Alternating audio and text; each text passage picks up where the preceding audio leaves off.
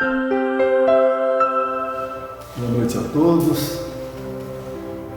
Que Jesus possa iluminar cada um de nós nessa noite de hoje. Nós vamos fazer a explanação do Evangelho. Mas antes nós vamos fazer uma prece para que nós possamos nos harmonizar, nos equilibrar, para que o trabalho possa sair com mais fluidez.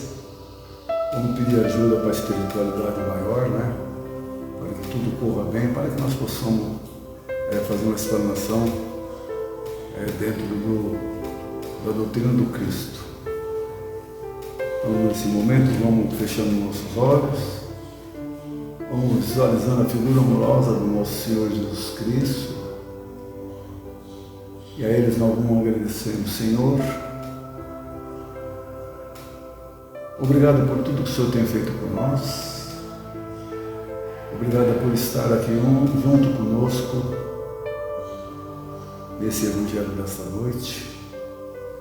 Quero pedir para o Senhor, Mestre, sustentação, amparo, proteção, e pedir também à nossa mãezinha querida, Maria de Nazaré, que esteja nos auxiliando, nos amparando também nessa noite de hoje. Agradecendo também ao nosso Pai Celestial por tudo que Ele tem feito por nós, e agradecer a Ele por mais essa oportunidade de estar fazendo esse Evangelho em nome do Cristo, nessa pequena tarefa que com certeza a gente chega aqui para tentar ajudar, mas a gente recebe muito mais ajuda do que dá a ajuda. Então, nesse momento, nós vamos entrar no tema de hoje. E o tema de hoje, eu escolhi um tema, porque aqui tema é à vontade, não precisa você ter aquela sequência, né? Eu escolhi do livro Vinha de Luz, Psicografia, né? Francisco Cândido Xavier, pelo Espírito Emmanuel. Vamos pedir a Emmanuel também, o Chico, né? Que nesse momento esteja aqui, Espírito, para nos auxiliar nessa pequena tarefa da noite.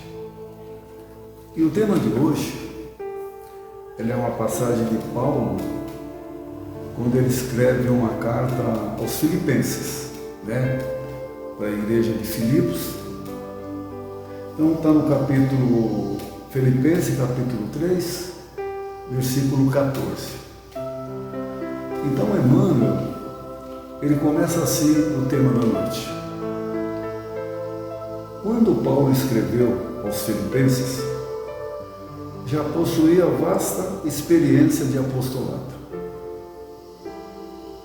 Doutor da lei em Jerusalém, abandonara as vaidades da raça e da família, rendendo-se ao Mestre em santificadora humildade. Após dominar pela força física, pela cultura intelectual e pela inteligência nobre, voltou-se para o tear escuro, conquistando o próprio sustento com o suor diário. Ingressando nos espinhosos testemunhos para servir ao próximo, por amor a Jesus. Recebeu a ironia e o desamparo de seus familiares, a desconfiança e o insulto dos velhos amigos, os açoites da maldade e as pedradas da incompreensão. O convertido de Damasco, no entanto, jamais desanimou, prosseguindo invariavelmente para o alvo, que ainda e sempre é a união divina do discípulo com o Mestre.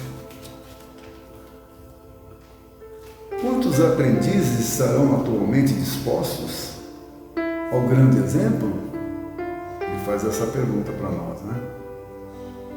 Espalham-se em vão os convites ao sublime banquete. Debalde envia Jesus mensageiros aos estudantes novos, revelando a excelência da vida superior.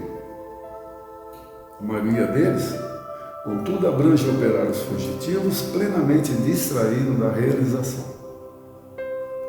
Perdem de vista a obra por fazer, desinteressam-se das lições necessárias, esquece a finalidade da permanência na Terra.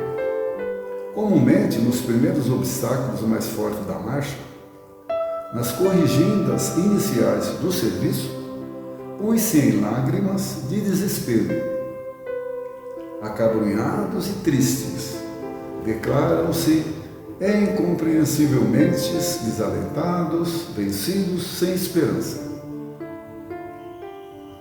A explicação é simples, todavia: perderam o rumo para o Cristo, seduzido por espetáculos fugazes nas numerosas estações da jornada espiritual. E por esquecerem o algo sublime, chega de modo inevitável o instante em que, cessados os motivos da transitoriedade, da transitória fascinação, se sente anunciado como viajores, sedentos nos áridos desertos da vida humana. Então Emmanuel, com a sua eloquência do espírito, então ele já fala assim, que quando Paulo escreveu essa carta aos Filipenses, Paulo ele já tinha um vasto conhecimento, do apostolado do Cristo. Então, até aqui, ele era Paulo. Mas antes, nós precisamos voltar um pouco atrás e falar também um pouco de Saulo. Como é gostoso a gente falar de Saulo de Tarso, depois Paulo de Tarso, e a caminhada de Saulo e também a caminhada de Paulo de Tarso. Então, o que aconteceu? Vamos voltar mais um pouquinho atrás. Saulo, ele era filho de um mercador muito rico. Ele não era um cidadão romano, Paulo, porque ele nasceu na cidade de Tarso, e na Cilícia. Então o pai dele era um mercador muito grande, fazia aquelas tendas, fazia redes. O pai dele mexia com tear. E Paulo, desde pequeno, mesmo o pai dele sendo rico, ele teve que aprender também a trabalhar no tear. Fazer rede, fazer barraca, tudo aquilo que o pai dele fazia, ele aprendeu. Mas só que ele era uma pessoa muito eloquente, muito rico. Então, quando ele começou a carreira dele de jovem, ele já começou a estudar. Aí sim, o pai dele, como tinha muito dinheiro, comprou o título de cidadão romano. Tanto para ele como para toda a família do pai de Saulo de Tarso. Então, Saulo de Tarso era um grande conhecedor da lei mosaica, mas ele não conhecia o Evangelho do Cristo. Quando ele falava, aquele é carpinteiro de Nazaré, aquele que morreu na cruz entre dois ladrões, como pode ser Jesus, como pode ser o Filho de Deus? Então ele questionava isso daí, ele era um cara estudado. Aí estudou, se tornou doutor da lei. Era aquele cara que no Sinédrio ali julgava, condenava, perseguia muitos cristãos, Então, a partir daí, Jesus, já começou a tentar sinalizar a Saulo de Tarso alguma coisa. Porque Jesus ali, mesmo sabendo que Saulo de Tarso era um perseguidor dos cristãos, que mandava matar, mandava colocar aquelas pessoas na boca do leão, na época os leões comiam as pessoas lá, os leões africanos, amarrava as pessoas naquelas bigas, saía arrastando para aqueles lados lá. Então aquilo era uma diversão na época, para aquelas pessoas, aqueles doutores da lei, aquelas pessoas que tinham muito dinheiro, Mas muitas das vezes aqueles cristãos morriam, nas bocas dos leões, sendo arrastados pelas carroças, mas gritando, usando na altura. Então eles não tinham medo de morrer pelo Cristo. E muitas das vezes, quando havia o desencarne de algum daqueles ali cristãos, Ele acabava de desencarnar ali numa bocada do leão, ali o leão geralmente ia no coração, né? Dava aquela bocada no coração daquele cristão. De repente Jesus já estava segurando o espírito dele, falando: venha meu filho, venha minha filha. Então Jesus, não só Jesus, mas toda aquela espiritualidade, aqueles anjos, arcanjos que trabalhavam ao lado do Cristo, que trabalham ao lado do Cristo há muito tempo, né? Então, até aí era Saulo de Tarso. Mas Saulo de Tarso, nas suas perseguições aos cristãos, ele pegou muita raiva de um cidadão chamado Ananias. Justamente o Ananias morava em Damasco. Ele vinha lá de Roma com seus cavaleiros lá, não sei se era 3 ou 4 cavaleiros, os evangelhos não falam correto, para tentar prender Ananias. Por que ele queria prender Ananias? Porque o Ananias foi que levou a doutrina do Cristo para a noiva dele. Então ele tinha raiva, uma raiva ferrenha de Ananias. E Ananias estava em Damasco, né? E aí foi aquele encontro que todos nós conhecemos, né? É que Jesus já tinha escolhido Saulo de Tarso como vaso escolhido. Porque ele sabia da mesma maneira que ele era persistente em perseguir os cristãos, ele ia ser persistente também no Evangelho do Cristo. Então, a partir daí, todo mundo conhece aquela passagem de Tarso, né? Na estrada de Damasco. Ele viu aquela luz, né? Ficou cego de momento, ficou perdido ali, começou os cavaleiros que estavam com ele, se não me engano era 3 ou 4, saíram na debandada e ficou um ainda junto ali com Saulo de Tarso, que era aquela pessoa que gostava muito do Saulo. Falou: não, eu vou ficar com o meu patrão aqui, né? E ficou. Aí foi quando ele perguntou para Jesus, né? Jesus perguntou para ele: Saulo, Saulo, por que me persegues? Então, né? Aí ele disse apenas: o que queres que eu faça? Aí Jesus falou para ele do aguilhão, né? Do sofrimento que ele ia ter a partir dali. Até ali ele era um doutor da lei, mas a partir dali já a vida dele ia mudar nessa conversão que Paulo teve na estrada de Damasco.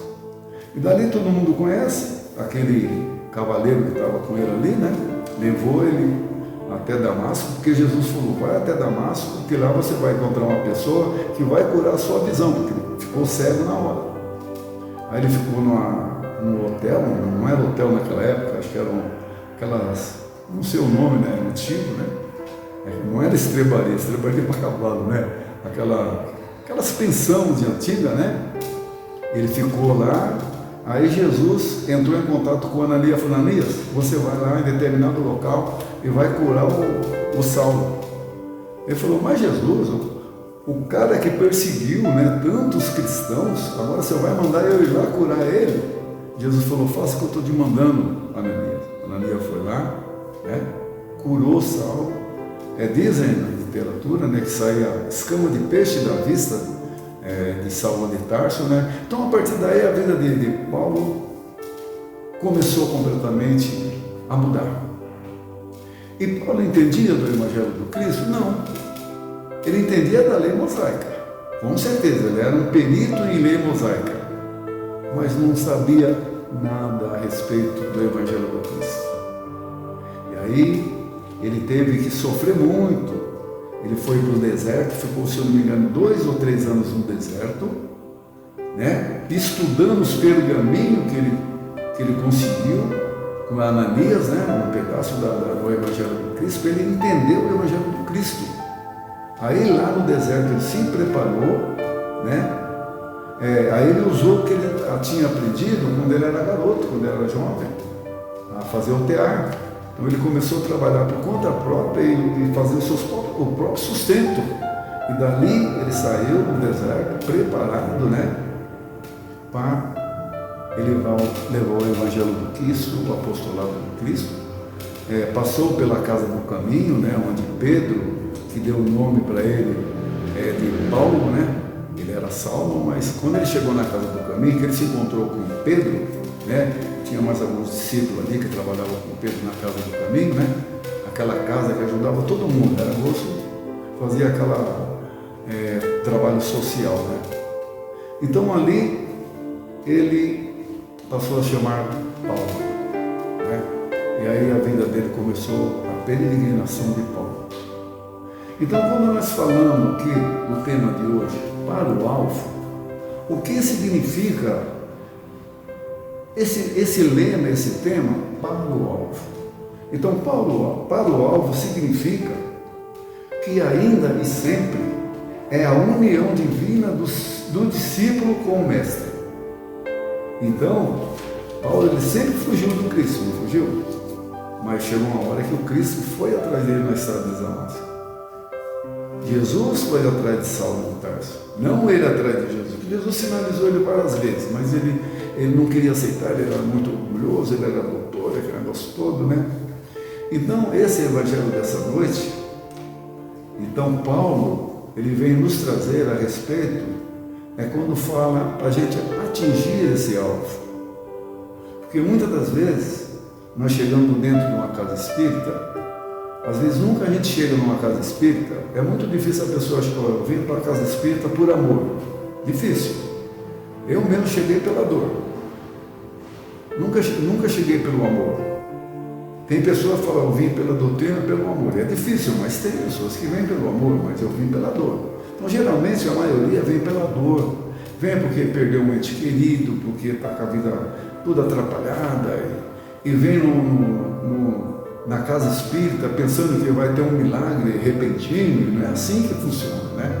Então, muitas das vezes a pessoa chega querendo já uma coisa pronta, né? Vou chegar lá, os espíritos já vão me mandar, vai me ensinar um remédio para mim, né? Muitas pessoas vêm em depressão, vêm tristes, desempregadas, às vezes na casa espírita, né? E muitas vezes acaba se afastando porque a gente já viu muito espírita falar, né? Puxa vida, depois que eu virei espírita, ou seja, depois que eu me tornei espírita, a minha vida piorou. Não é verdade? Aí que eu comecei a sofrer mais. Agora, vem uma pergunta. O Evangelho do Cristo foi tudo uma coisinha pão e açúcar? Não. E aqueles cristãos que morreram na boca dos leões? Aqueles que eram arrastados pelas carroças? Aqueles que Paulo perseguia, que Saulo perseguia na época, né? Como Paulo ele não perseguia mais, mandando matar, mandando enforcar, colocar no tacho quente, com óleo quente, ele fazia tudo isso. Paulo era uma pessoa. Aí fica pensando, puxa, mas de toda a maldade que Paulo fez, que Saulo fez, Jesus ainda escolheu Saulo, né? Para ser o Paulo e levar esse Evangelho do Cristo. Então Paulo, ele seguiu esse alvo no qual ele está falando, que é a união com Cristo. Porque a vida do Paulo foi, nossa, ele andou muito. Depois ele foi preso, depois ele foi transportado para a Itália. E teve uma época que ele chegou a um determinado local, não sei se eu vou lembrar direito, mas o navio deu um problema lá, acho que muito vento, o navio ficou à deriva e ele conversou lá, ele estava preso, mas ele estava solto porque os caras confiavam nele, aqueles policiais que estavam levando ele para uma prisão lá na Itália, né? Aí ele falou, você tem que ir por aqui, porque ele era uma pessoa iluminada, a espiritualidade sempre estava do lado dele. Aí chegaram em determinado local, era um lugar, já era bastante povoado, né? E eles chegaram com bastante frio, né? Ali o barco atracou ali, parece que chegou a morrer gente ali, porque o navio quase afundou, né? Um barco, né? Não existia navio naquela época, né? E ali eles começaram a catar lenha ali, fazer uma fogueira, né? E já Paulo, né? Também ajudando a catar aqueles gravetos, e tinha uma serpente, que era uma serpente mais venenosa que tinha ali naquela redondeza, e ela picou o braço de Paulo. Quando picou o braço de Paulo, todo mundo falou, vai morrer. Porque a serpente é venenosa, mordeu, mas não tinha quem escapava do veneno daquela cobra. Mas Paulo apenas ficou ferido, fez um curativo ali, né? E ali eles ficaram alguns dias. Paulo fundou uma igreja ali, né? Tinha mais uma pessoa que conhecia a doutrina do Cristo já, acho que era uma pessoa que tomava conta ali, não sei se era o procônsul, naquela época tinha aqueles procônsul, né? Tomava conta daquele lugarejo ali, e ali Paulo ficou por um tempo abriu uma igreja e continuou a caminhada dele até chegar na Itália, onde ele ficou preso. Né? E justamente aqui, quando ele escreve essa carta aos Filipenses, ele estava preso, estava na prisão. Então Paulo, ele sofreu ele viveu uma vida de luxo, doutor da lei, intelectual, famoso, só que ele foi um jovem que ele deixou toda aquela vida pregressa de jovem, enquanto aquele jovem estava naquela época, naqueles bordéis da vida. Paulo não, Paulo ele estudava. Então Paulo foi uma pessoa mais ou menos como Chico Xavier. Ele se privou, né, de namorar, de sair com mulher, assim por diante, né? Então ele estudou, e a única pessoa que ele conheceu que foi a noiva dele era Abigail. Abigail foi que o Ananias ensinou o evangelho para ela, e ele foi lá para aprender o Ananias. O Ananias acabou curando a vista de Saulo, e a partir daí ele passou a ser Paulo de Tarso. Então, Paulo está pedindo para que nós possamos alcançar esse alvo, para que nós possamos ter muita fé. Porque muitas vezes, como eu estava falando, a gente chega na casa, a gente acaba desanimando. Começa a estudar a doutrina, mas aí vem a doença.